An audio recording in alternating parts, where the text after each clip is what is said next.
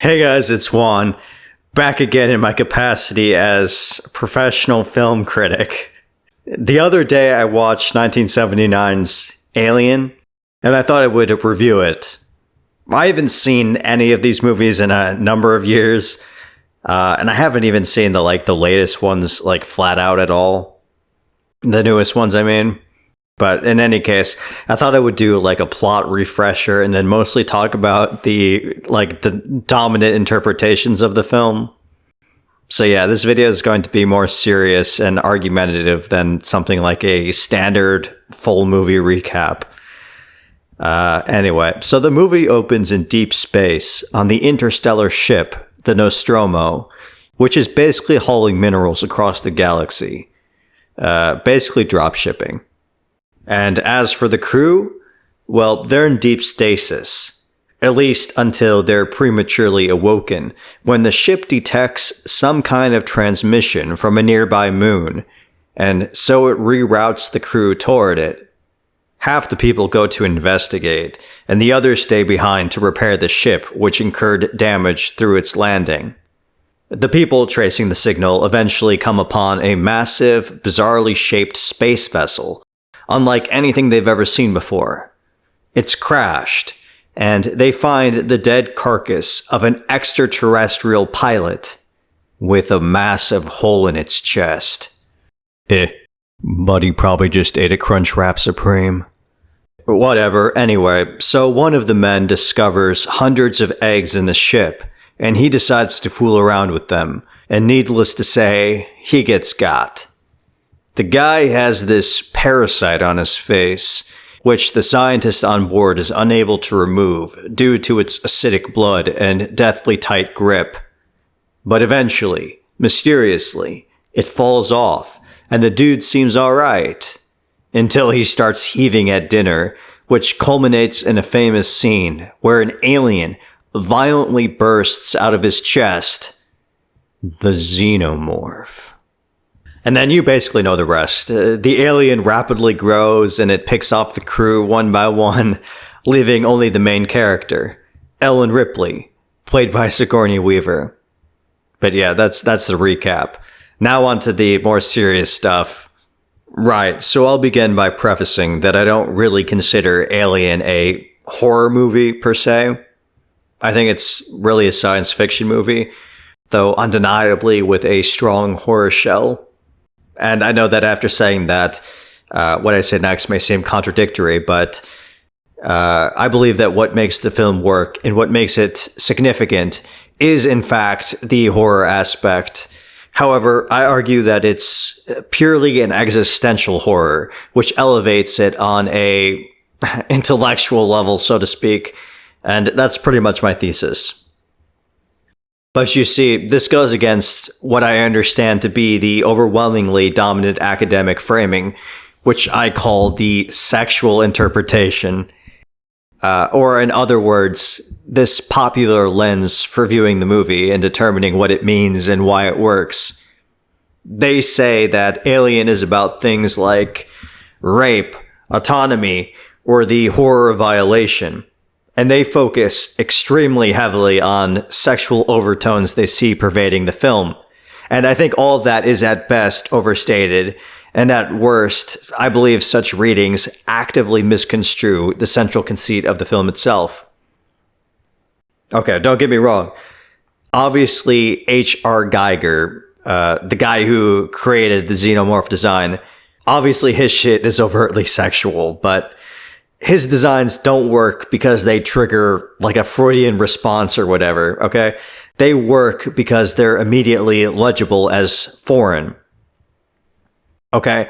I don't think the penis head is in itself instrumental to its efficacy.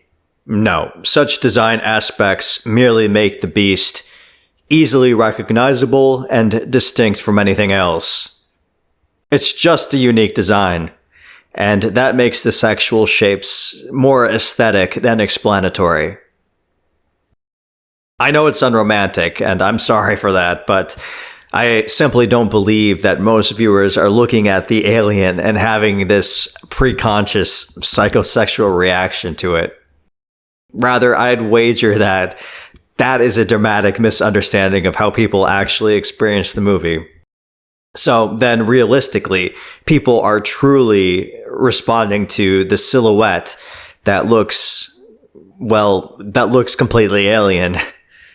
And frankly, and this part is going to lead into my next major point, when later directors try to explicitly foreground the sexual stuff, they almost always overdo it, and it becomes distracting and ridiculous, which is, of course, inherently not scary.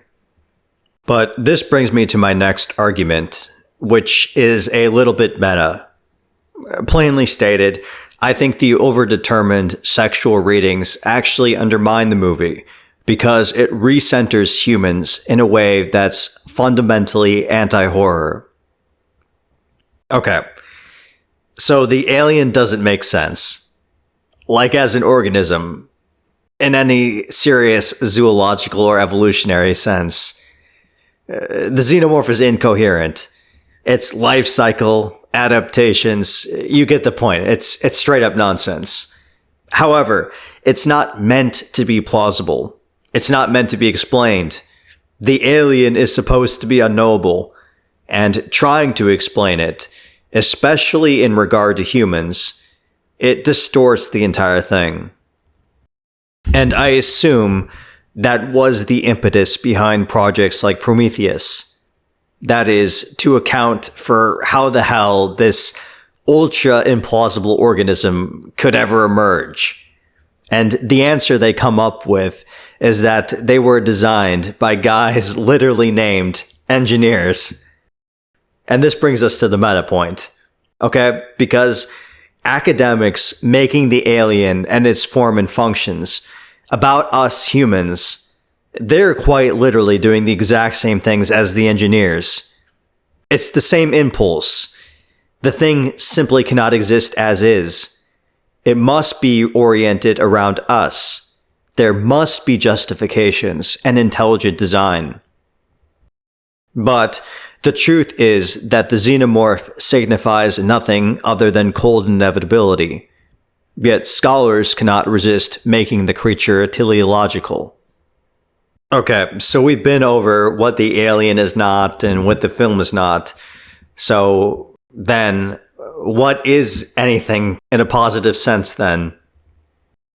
Well, as I've argued, the horror is existential. Therefore, the point is that everything is impersonal. You see, it's the double marginalization of human beings, both from systems impossibly larger than themselves, and from an equalizing biological inevitability. A demotion on two fronts. I guess this is a kind of teaser for a concept that I'm going to discuss on my third channel soon, but yeah, the first marginalization is humans versus systems. Once a system achieves a certain level of complexity or scale, the individual humans within it become subordinate placeholders, capable of being rearranged or discarded in accordance with the logic of the system. And then, the second marginalization is humans versus biology. The xenomorph is the ultimate predator, and it cannot be stopped. It doesn't matter who you are, how skilled or clever you are, or how important you once were. The inevitability doesn't care. You lose, and there's no escape. The horror is the irrelevance under inevitability and indifference. Alien isn't terrifying because it violates us. Alien is terrifying because it doesn't care whether we exist at all. Anyway, that's my take. Let me know if I should watch and review the next one, Aliens. I don't have like an essay to deliver about every movie I watch, by the way, so don't expect this every time. But yeah, that about does it for today's video.